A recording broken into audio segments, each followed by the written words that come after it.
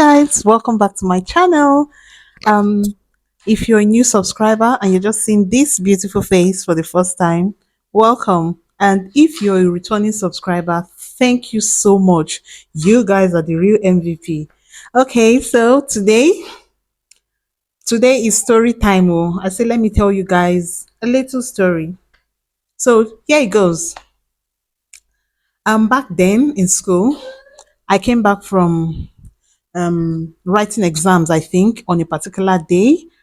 And I went into my room. I said, let me take a shower. When I got into the bathroom, something just occurred to me that instead of, taking a shower and then coming out and feeling hungry, why don't I put something on fire so that by the time I was done taking a shower, my food will be ready. That's like killing two birds with one stone or whatever. So I decided to take a bath. I decided to leave the bathroom and put something on fire. And that was how I went into my kitchen. I was staying in a self contained den. And I went into my kitchen. I took out my best food right then was yam. So I said, let me boil yam. I could eat yam like morning, afternoon, evening, night, and never get tired.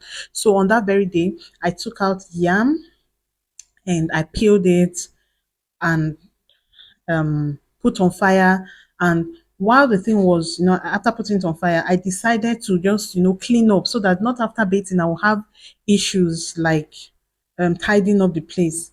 So that was how I started cleaning up the area. And from like the side of my eye, you know what? When you like you feel like you see something from the side of your eye. So from the side of my eye, I thought I caught a glimpse of something moving. Now let me give you guys um give you guys a view of what the place looks like. You get? So my compound where I was staying, it's a very big compound. It was I was staying upstairs. Yeah, it was a one-story building.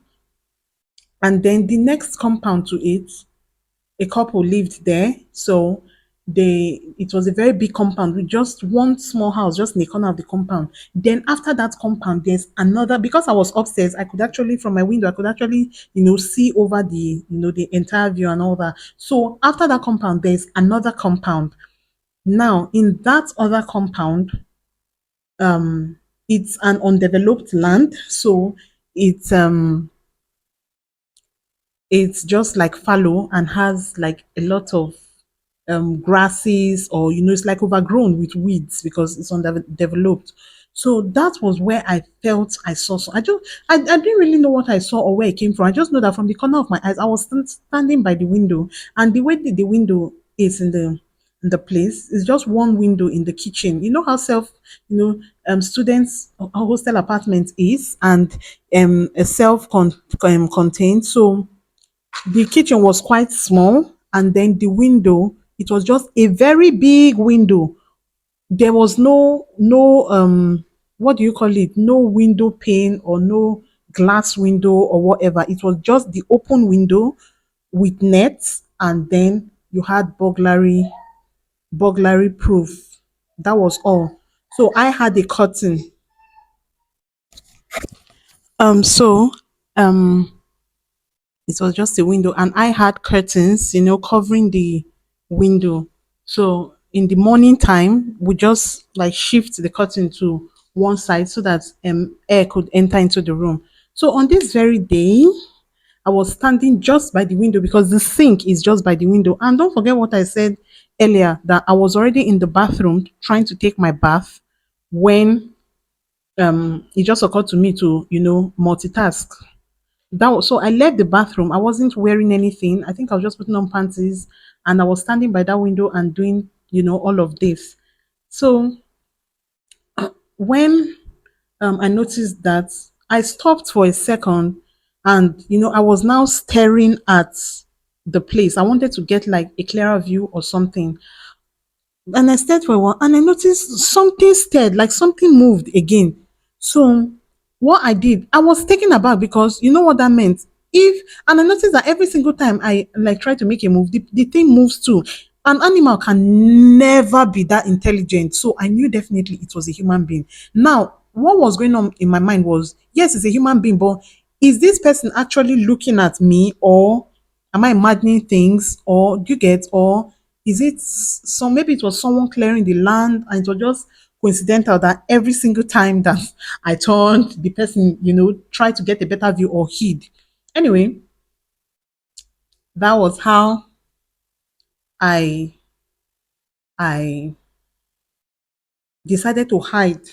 I just like took a step back and hid around where the like just by the side of the window, where someone couldn't see me from. And then from there, I waited a while. Then I would like stretch out my neck and peep. And guess what? The person was doing the same too. Immediately I saw that, I was like, oh my goodness, this was exactly what I did. Because then the reality now dawned on me that someone was actually watching you. You get like, and I just did this. Oh my goodness. And I jumped back in fear.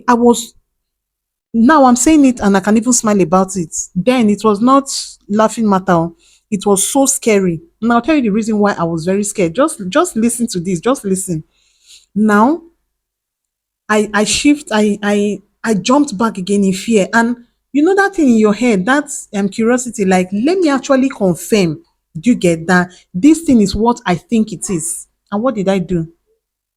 I bent out my head again, and the person did exactly the same thing. And the person, so it was like we were playing a game of, cat and rat, or cat and mouse. When I look, the person will, so I was so freaking scared. And I was like, oh my goodness, that thought in your head, like, someone has been watching me. Because the question is, how long has this been going on? Do you get? How long has this been going on? Even at that moment, I was standing there because it was my room. I was freaking free to do whatever I wanted. You get? And students will understand this. The place was quite um hot. I think it was around the Hamatan period that time. So the place was really hot. It was during the dry season. So most of the time I really don't even think about getting dressed when I'm in the hostel, or just wear something really flimsy, because of course I had my privacy. I was in my room alone. But my dear, that was the fear. Do you get that? Okay, now this is where the actual fear came from. Student hostel now, anybody can walk into. It's not like we had a security man or a gate man or something, so anybody could literally walk into the compound at any time. And now my room, this person who was doing this thing actually had an idea of where my room was situated, and my room was not even hard to find. It's not like it was a very big hostel, downstairs, upstairs. And it was not even like it was, like so hard to find, because I was right at the edge. My room was at the extreme. So of course, you don't even have to be so intelligent to know that is that room on the top. And the person who was watching me knew where the room was situated. Now, this was the actual fear I had. I don't think I slept in my room that night. The fear I had was, if this person, let's assume the person is stalking, then it has gotten to the stage of fantasizing or whatever.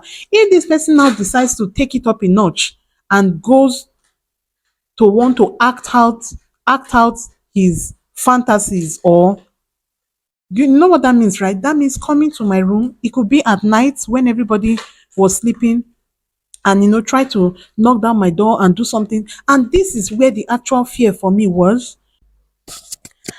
Okay, so now the fear was that um this person could come to my room like anytime and literally attack me. And my actual fear came from the fact that my door, I used to joke about it, but it really wasn't funny. My door, or our doors in the hostel, was so frail that I joke about it, that if you just do, the door would literally come crumbling down. So I didn't sleep in the hostel that night. And the funny thing is that this thing actually repeated itself again and again. I think it repeated itself like up to three or four times. And then the last time it happened, I had already told my caretaker in the hostel that I don't know what is going on, but I think someone was messing with me and everything. And so the caretaker, there was a particular day the person was doing the same. I was in the bathroom. The person, it was so funny because it was almost as like the person was monitoring my movements. Do you get? The person was there when I came there. I just feel okay, maybe I was being paranoid or something. I don't think it was that extreme, but the person was aware when I come back from school. The person was already there on the ready. The person was, so maybe it's someone that just stayed there and was trying to stalk anybody generally. And it just happened that I was a victim on those occasions. And I told my what's it called? I told my caretaker, and they actually, there was a particular day the guy was there. I saw the person and I ran and I called my caretaker, and my caretaker tried to, they tried to chase the person, but they shouted and kind of alerted the person to the fact that he was caught, and he ran away and they never found him. But that was the very last time I remember seeing. Maybe the person might have still been doing it, but I just didn't get to know. I don't know. So that was it. Oh. It was a really scary experience. So you guys, thank you for listening to my story. We're going to be doing this from time to time, so make sure you like this video, and if you're watching and you've not subscribed, kindly subscribe and stay tuned for more interesting gist. Bye.